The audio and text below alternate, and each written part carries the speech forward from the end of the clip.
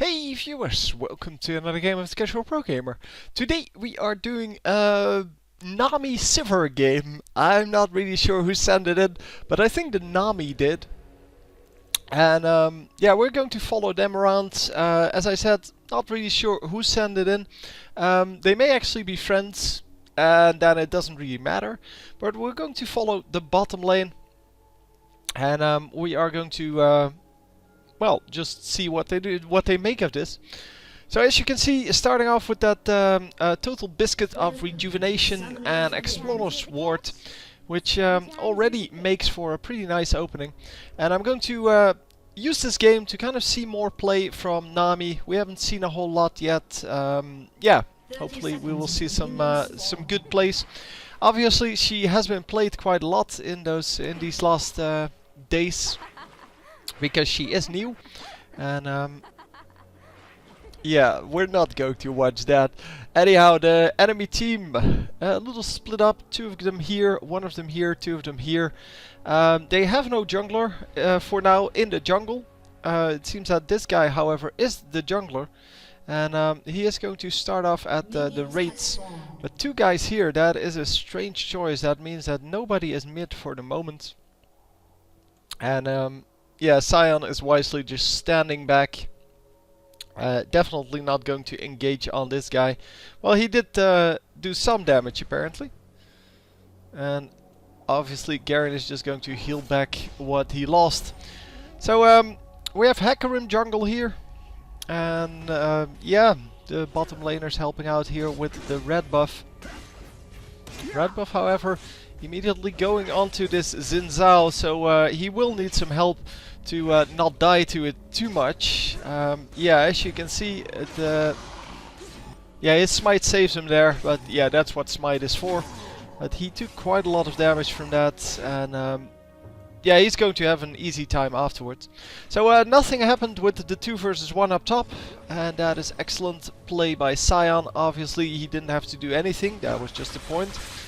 And it's kind of funny. I saw that in the loading screen. This guy is playing Tyrant Swain, and he's called Irect Power. So I found that kind of hilarious. But yeah, that might be just me.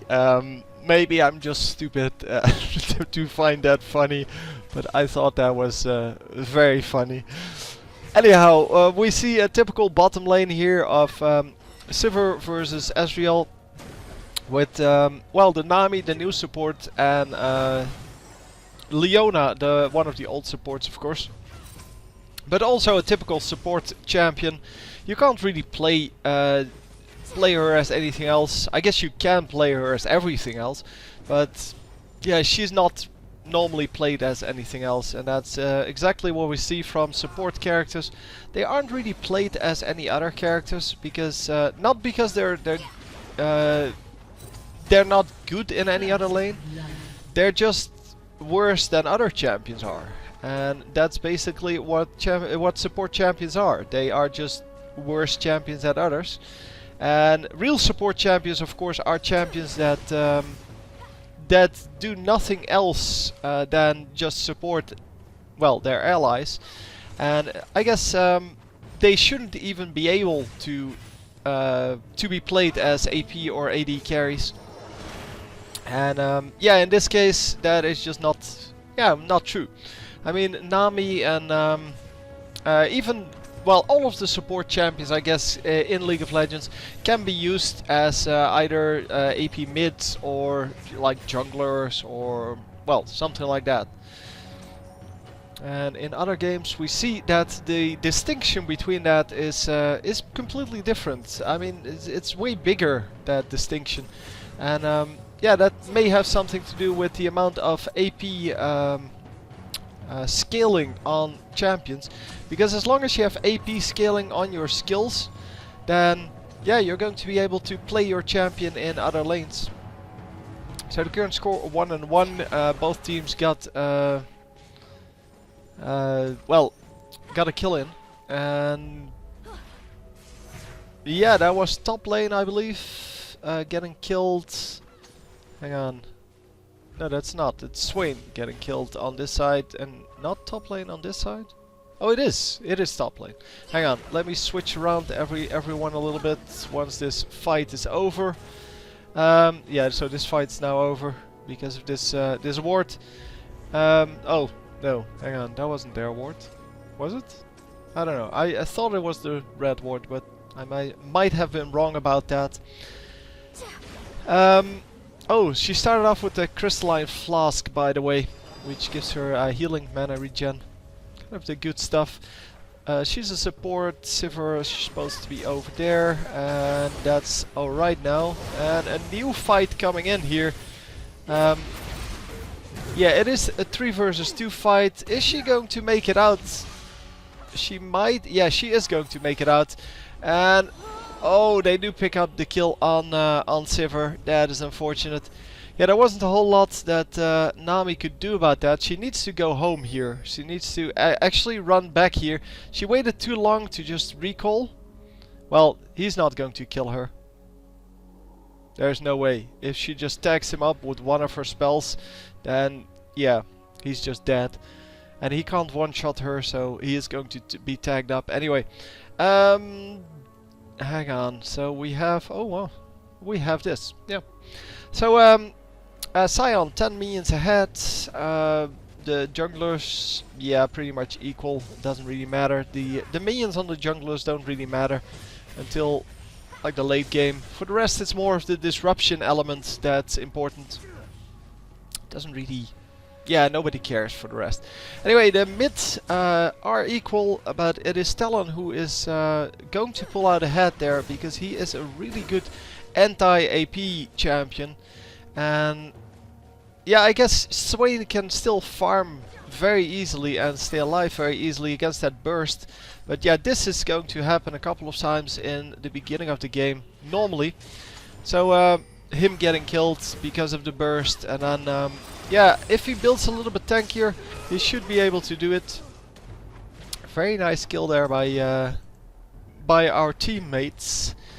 Sivir landing a last shot there at maximum range, and we have a disconnect from the guy that just got killed. At least, yeah, that is the guy that just got killed. Did he not see that? Apparently not. So yeah, she's obviously not going to go in on that. So bottom lane is really Sivir's game. I mean, 45 to 26. Yeah, that's not even close. So I can totally see why they would send in this gameplay. Because they are going to own this lane, and already with the 20 minion advantage, she has a big advantage in the amount of items she can use. Of course, the Nami is a little bit behind 2 to 5. She needs to farm up a little bit more. Come on, get that farm going. No, it really doesn't matter. For those of you who aren't sure whether I was serious, I wasn't serious. And yeah, I get a lot of comments of people thinking that jokes I make about things are serious. And they react to that. Is that really true? And yeah, I find that really funny, but I know it's not supposed to be funny. It's it's actually really hard to deal with for people to understand what's true and what's not if they don't understand the game enough. So I'm trying to kind of make people understand the game. And a very nice kill there. Yeah, he ran the wrong way.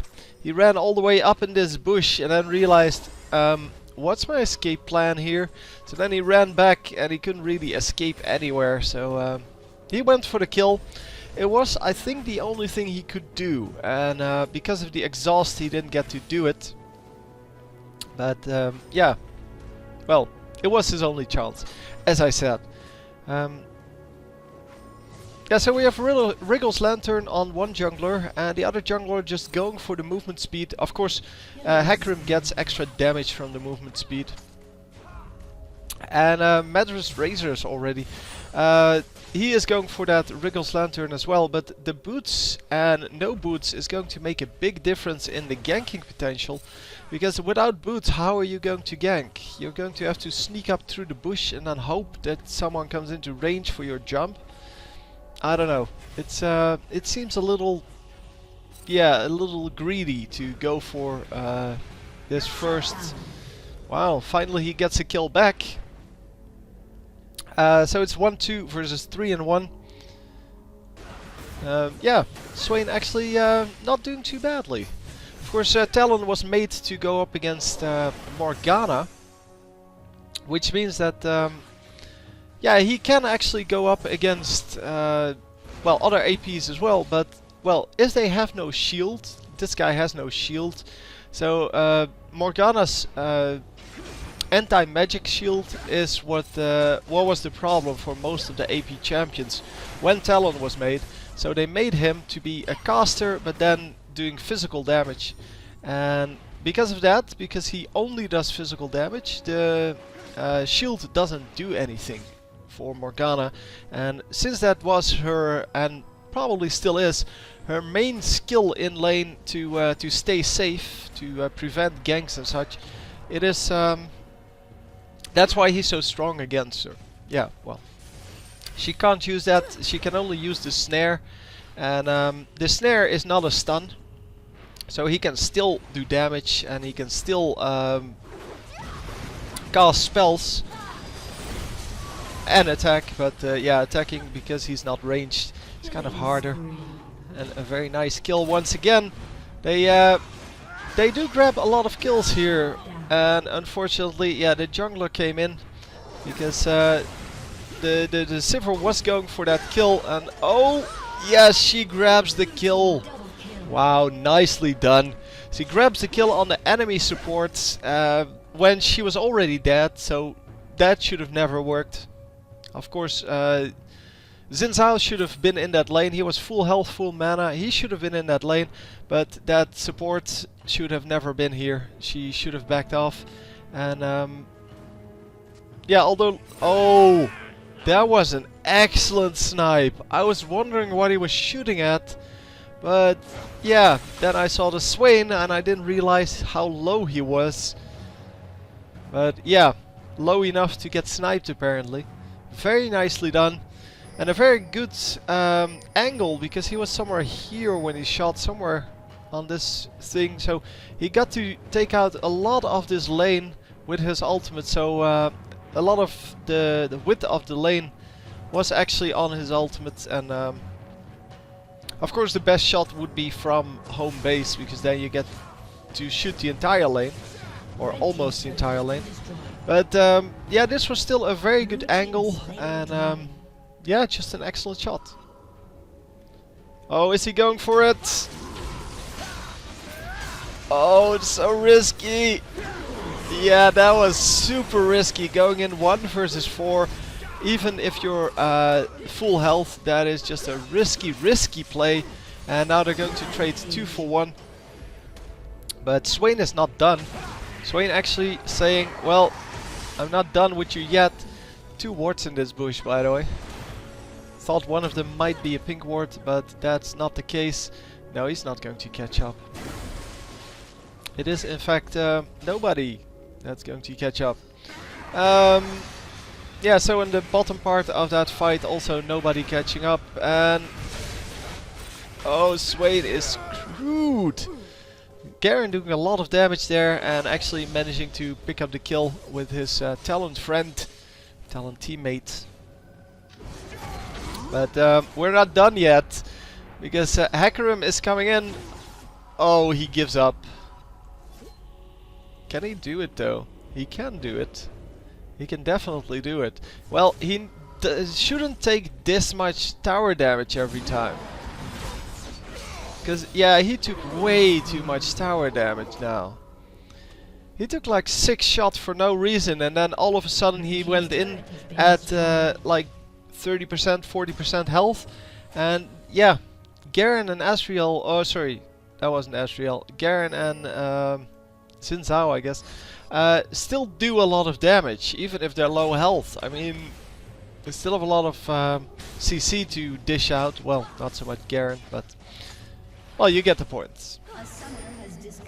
So again, a disconnect on this Asriel, who apparently is having some internet trouble, or is just, yeah, I don't know, disconnecting for another reason. I'm not going to say that every disconnect has to do with someone's bad internet connection, but it is definitely one of the reasons people disconnect. Another kill on that Swain. And Swain not doing too hot against Talon. Talon, yeah, as I said, a very high burst champion. So you need to gear up against that burst and just get some armor already.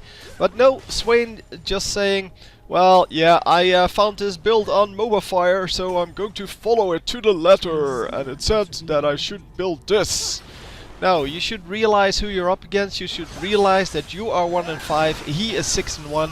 And that the only way to survive that burst is to either get a whole bunch of HP, which is yeah, not very good for your items, or you should just get some armor going. So going for I don't know, chain vest, because you eventually want to go for the hourglass. So the Sonya's hourglass. Hey Rose. I was kind of explaining something here, do you mind? But if you want to go for the Sonya's hourglass anyway, you might as well just buy the armor when it actually matters, which is in that early game. Or mid game, where we are now. And look at that burst. That burst is just an insane amount of damage because he has no armor. And this guy, yeah, he has the black cleaver now, so even if you have a little bit of armor, it doesn't matter anymore. So by now he should have that armor going already, and unfortunately he does not.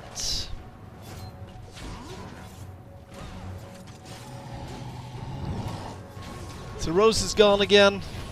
There was apparently no food on my table, so she decided to get out of here and try somewhere else. And we are unstoppable. Well, that is, the enemy Xin Zhao is unstoppable. And hopefully we can come back from this, because we are losing all kinds of buffs. Blue buff goes to Xin Zhao. Red buff is going to go to Garen here. Although it takes him like forever and a day to get that.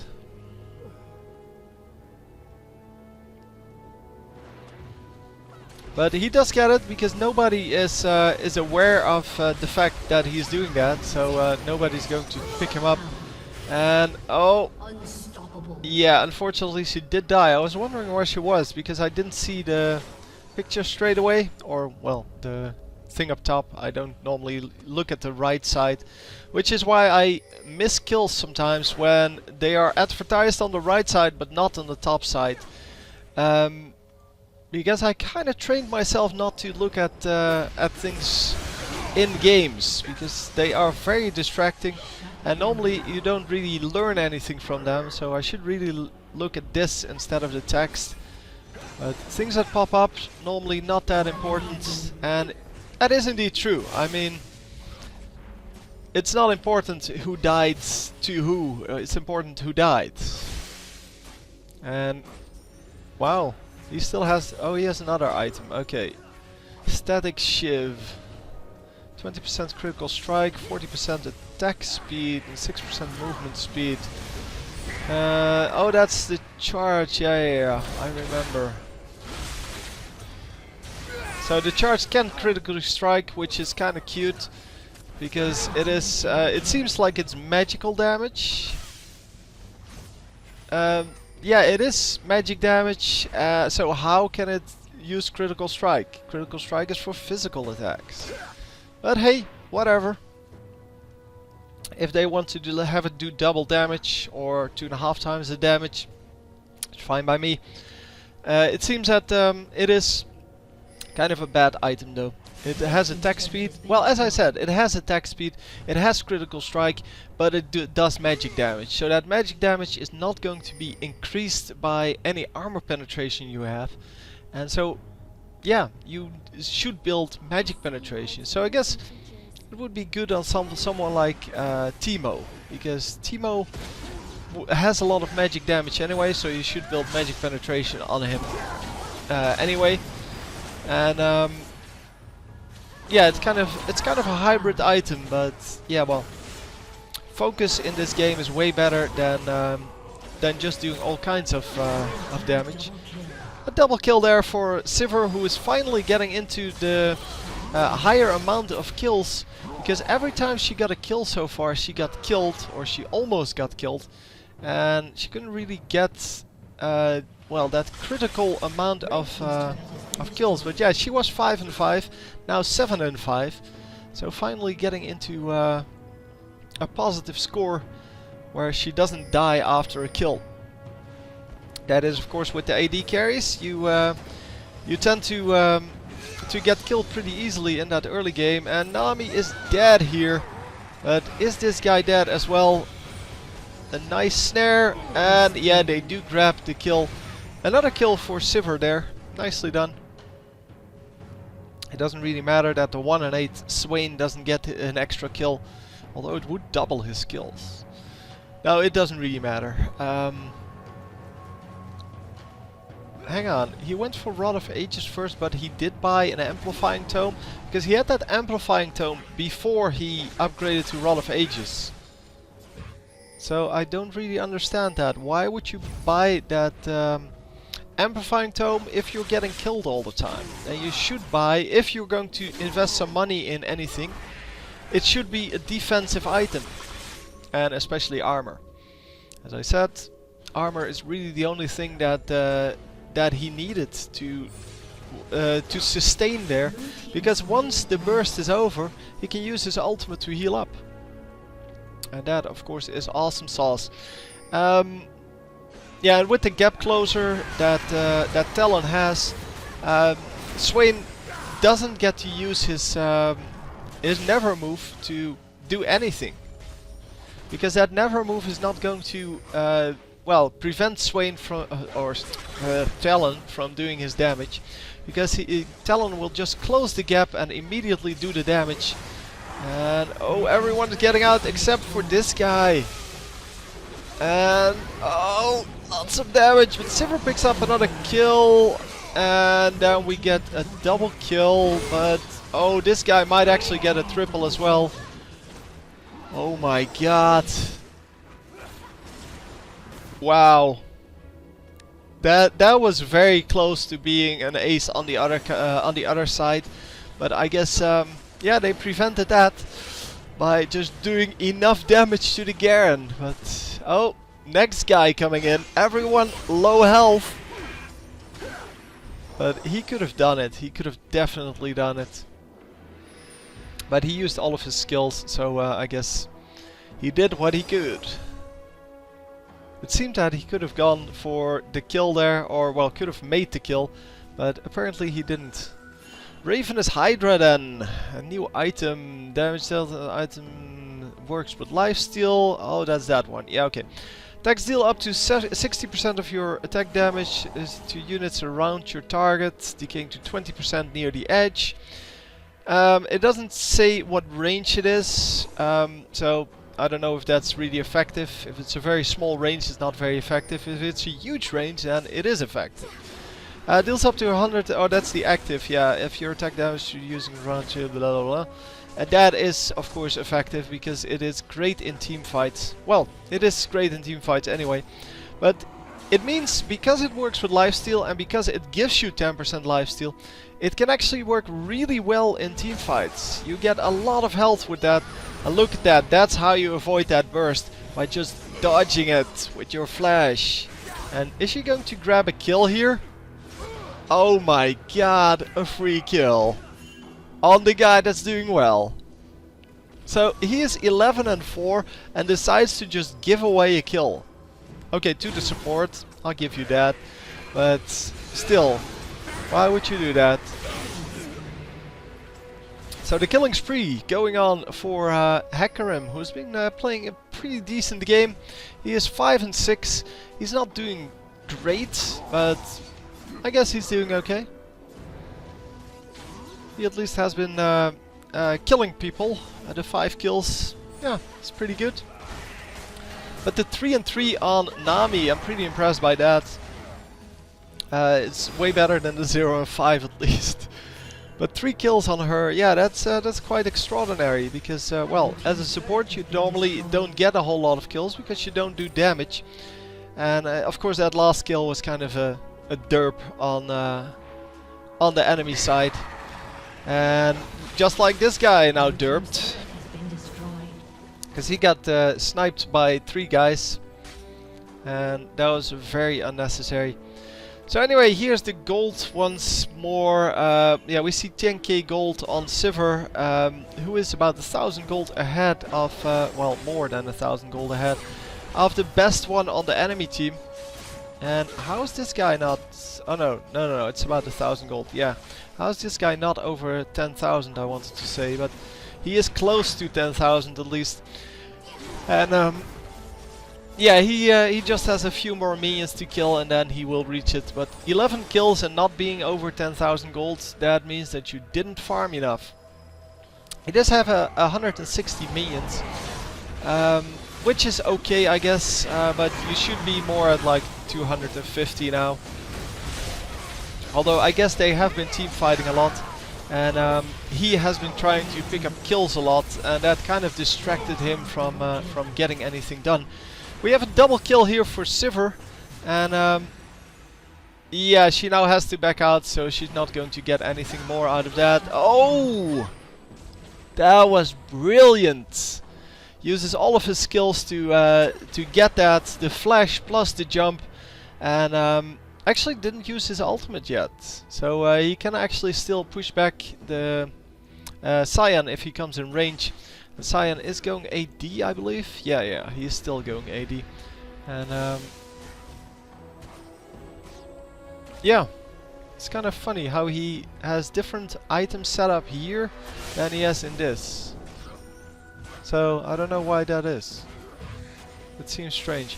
Anyhow, it doesn't really matter. They are the same items, but they are switched. I mean, here it's Ravenous Hydra, Static Shiv, and here it's Boots, Ravenous Hydra, Potion, Static Shiv. So it's kind of strange that way. Who got it? Oh, it is of course the Cyan with his burst damage picking that up. Cyan has a large amount of burst damage, especially when he goes AP. That's why he normally goes AP.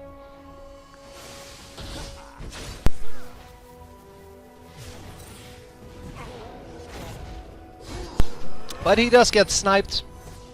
Too many people there. Nami getting a move on and trying to get her teammate out of there. Not giving any movement speed boosts out though. And this is a prime position to get a few kills for Sivir. She is in the middle of the fight and she should be able to do a whole lot here. Yeah, there we go. Oh, she is getting nuked down now, but triple kill. They need to protect her. There you go. Nice skills there from Nami. She actually gets a pentakill. Wow. That was excellent. The positioning on Sivir and the rest of her teammates, with her in the middle of the fight and the rest of them all around her, that was brilliant because she was the one that was doing great. She now has 17 kills, so she started off that fight 12 and 6.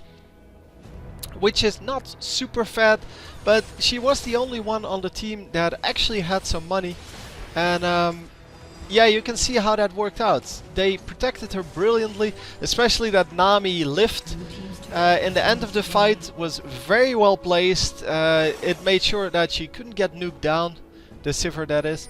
And yeah, that was excellent. That was exactly what they needed. Pentakill for 2. Which means that they're not really behind anymore on kills. And of course they can't see the gold amounts, but they're 2k gold up because of those 2 turrets. And now a dragon makes 3k gold ahead. But yeah, the thing is that because you can't see the in-game gold, you can only estimate it, and most people can't even estimate it because they have no clue how to calculate it, or well, estimate the amount of gold you have and your opponents have. And these kind of kills are just unnecessary. It is just, it's no good. I'm pretty sure I got a message there from some kind of network. It might be from the, come on, Steam network, because I didn't recognize the ping, and it is on the Steam network, that is. So anyhow, we are going to get a really strange engage here from this guy. And yeah, that was just a very easy kill. So yeah, they did see the Baron going or being attacked because they did have a ward on it. And this pink ward, once again, not placed correctly. You need to place that in the opening at least, or further in, to remove the wards if you're on the blue team. If you're on the purple team, it doesn't matter too much. Hang on, is that... I want to say that correctly. Yeah, the blue team is starting on the bottom left. So the purple team can throw wards over this edge, and they often do that. The same goes for the dragon. The blue team will pop over wards over here. So if you place your pink ward over here somewhere, just like they did here. So they placed a ward here somewhere. You can't see all the way in the back of that little cove, which means that, well, you can't see the wards that are in there, and so even though you think you're safe, you're really not. So you need to take care of that, otherwise people are going to do this and steal your Baron. And look at this, the movement speed on that guy, that Hecarim, just amazing. He does get nuked here, well, stunned. He doesn't really take damage. He's Hecarim, man. Hecarim doesn't take damage. And we have another item here. It is Zephyr. I'll take a look at that later when there's not a lot of fighting going on. But yeah, I like that everyone is at least trying out the new items. I guess that's why they made some of them so overpowered that it's not even funny. Oh wow, Swain going for a Soul Stealer, even though he's 210 and 15. That is complete craziness. But he does have 4 stacks on it, so I guess, yeah, 1 more stack and it's actually worth its gold. And he doesn't really have any problems with the amount of spots he used in his inventory, because you need 8 stacks to make it worth the spot in your inventory. Otherwise it's better to just sell it and buy a better item that gives you more AP. And you need 5 stacks on Magi Soul Stealer to make it worth its gold. And I personally am more concerned with what it does to your inventory than what it does to your gold normally. Oh, it does die. Never mind. Who got it? This guy got it. Okay. So Swain not getting his buff, and that sucks to be him, I guess. So Talon, yeah, although he had a great early game, he is now 12 and 8. He is dying every fight instead of grabbing kills, and that's because his burst just isn't good enough anymore. And yeah, that sucks. But that's what you get for playing a burst champion. Once people don't get burst down instantly anymore, it is just yeah, you're just useless in 1 versus 1s. And of course not in team fights. In team fights you can still do a lot of damage, but yeah, here you can see it.